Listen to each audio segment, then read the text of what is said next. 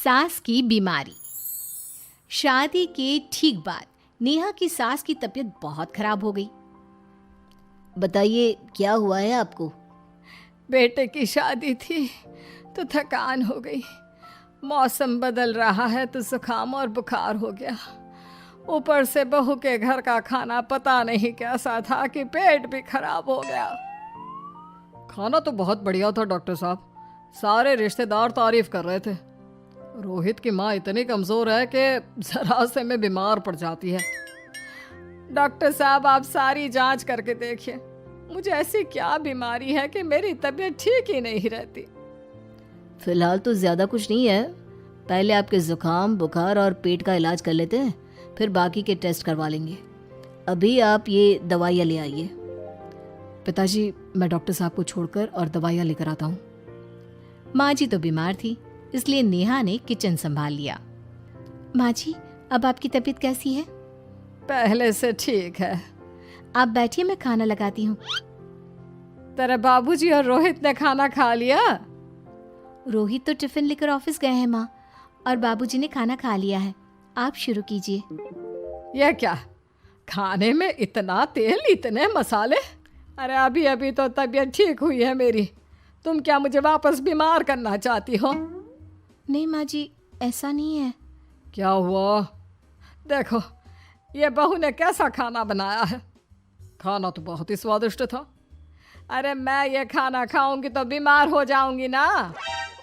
ओह हाँ, बहू को अभी पता नहीं ना तुम्हारे बारे में, रोहित समझा देगा उसे। देख बहू, अच्छे से समझ लेना कि इस घर में कैसा खाना बनता है। हाँ माँ जी, मैं समझ लूँगी, लेकिन अभी आप कुछ तो खा लो। ये खाना खा लूंगी तो कल का खाना खाने के लिए बचूंगी भी नहीं। सास की बातें सुनकर नेहा उदास हो गई। उसने रोहित के घर आती ही उससे माँ जी के खाने के बारे में पूछा। आज माँ जी ने मुझे खाने के लिए बहुत बुरा भला कहा। माँ को मसालेदार और तेल घी वाला खाना सूट नहीं करता, वो बीमार पड़ जाती हैं।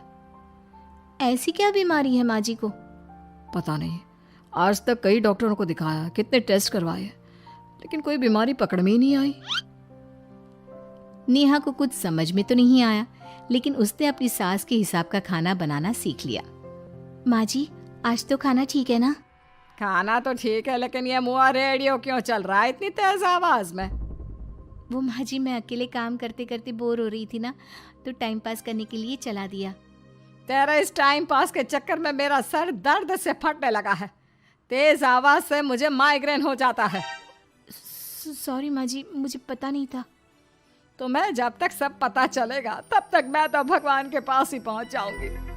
नहीं नहीं, ऐसा मत कहिए ना माँ जी। अब मैं कहीं भूख से ही ना मर जाऊं।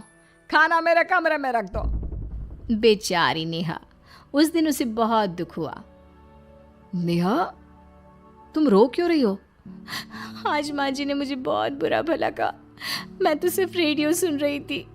ओहो, तुम माँ की बातों का बुरा मत मानो, उन्हें तेज आवाज से सर दर्द होने लगता है, दर्द की वजह से बोल दिया होगा कुछ। लेकिन मुझे तो ये सब पता ही नहीं था ना, इसलिए बाबूजी ने मुझे पहले ही फोन करके सब कुछ बता दिया, और मैं तुम्हारे लिए ये हेडफोन लाया हूँ। अब तुम अपने गाने भी सुन सकती हो और माँ को परेशानी भी नहीं होगी। ये सिर्फ एक बात का हाल है, लेकिन माँ को तो हर चीज से परेशानी है। अब क्या कर सकते हैं, माँ बीमार ही इतनी रहती है। लेकिन माँ को ऐसी कौन सी बीमारी है? तुम्हें बताया तो था, किसी भी डॉक्टर को माँ की बीमारी समझ में नहीं आ रही। अब तुम भी ये सब सोचना छोड़ दो, ये हेडफोन लो और अपने पसंद के गाने सुनो। रोहित के गिफ्ट से नेहा की एक परेशानी तो दूर हो गई, लेकिन उसके मन में कई सवाल खड़े हो गए। आज मैं देर से उठाऊं या तुम जल्दी उठ गई? वो माँ जी को कल रात भर सर दर्द हुआ ना, तो जल्दी उठकर उनकी जगह मैंने पूजा कर दी। अरे वाह, अच्छा अच्छा, हे भगवान ये किसकी करामत है? ये तो माँ जी की आवाज है। चलो चल के देखते हैं। क्या हुआ माँ? अच्छा, यह घर में गुलाब कौन लाया? मुझे नहीं पता, मैं तो अभी उठा हूँ। माँ जी आप कल रात भर सो नहीं पाई, तो मैंने जल्दी उठकर पूजा पाठ किया। घर में फूल नहीं थे ना, तो मैं बाजार से गुलाब के फूल ले आई। नेहा, माँ को गुलाब के फूल की एलर्जी है। अब मुझे ये कैसे पता होगा?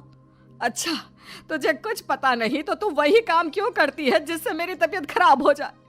रोहित के बाबूजी, ये बहू मेरी जान लेना चाहती है। माँ जी, मुझे ऐसा करके क्या मिलेगा? वो तो तुझे ही पता, लेकिन कुछ तो है। रोहित की माँ, बस करो। बेचारी बहू को कुछ पता ही नहीं है, बस इसलिए उससे गलती हो जाती है। जाओ तुम कमरे में। बहू, तुम रोहित की माँ का बुरा मत मानो। वो अपनी बीमारियों से इतनी परेशान है कि उल्टा सीधा बोल देती है।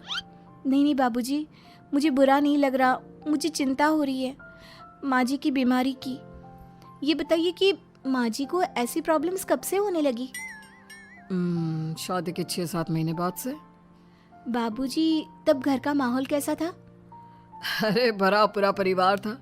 मेरे बाबूजी, माँ, काका, काकी, मेरे दोनों बड़े भाई, दोनों भाभियाँ, दोनों के 2-2 बच्चे हैं, एक छोटा भाई और एक बहन। सब साथ रहते थे। इतना बड़ा परिवार? हाँ, मैं जब 10 साल का हुआ ना, तब पापा का ट्रांसफर यहाँ हुआ। उसके पहले तक तो हमारी जॉइंट फैमिली ही थी। और माँ जी किस चीज से बीमार पड़ जाती हैं? जब तेज गर्मी हो, ठंड हो या ज्यादा बरसात हो जाए। जब माँ ज्यादा थक जाए, जैसे दिवाली पर घर की सफाई या कोई फंक्शन हो, या ज्यादा मेहमानों के आने से घर का काम बढ़ जाए।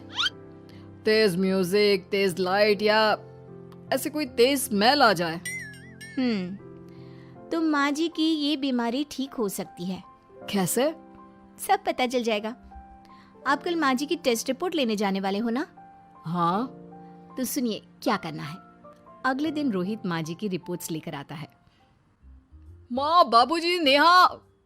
अरे क्या हो गया रोहित? माँ जी की रिपोर्ट आ गई है। कुछ सीरियस है क्या? जिसका डर था वही हुआ।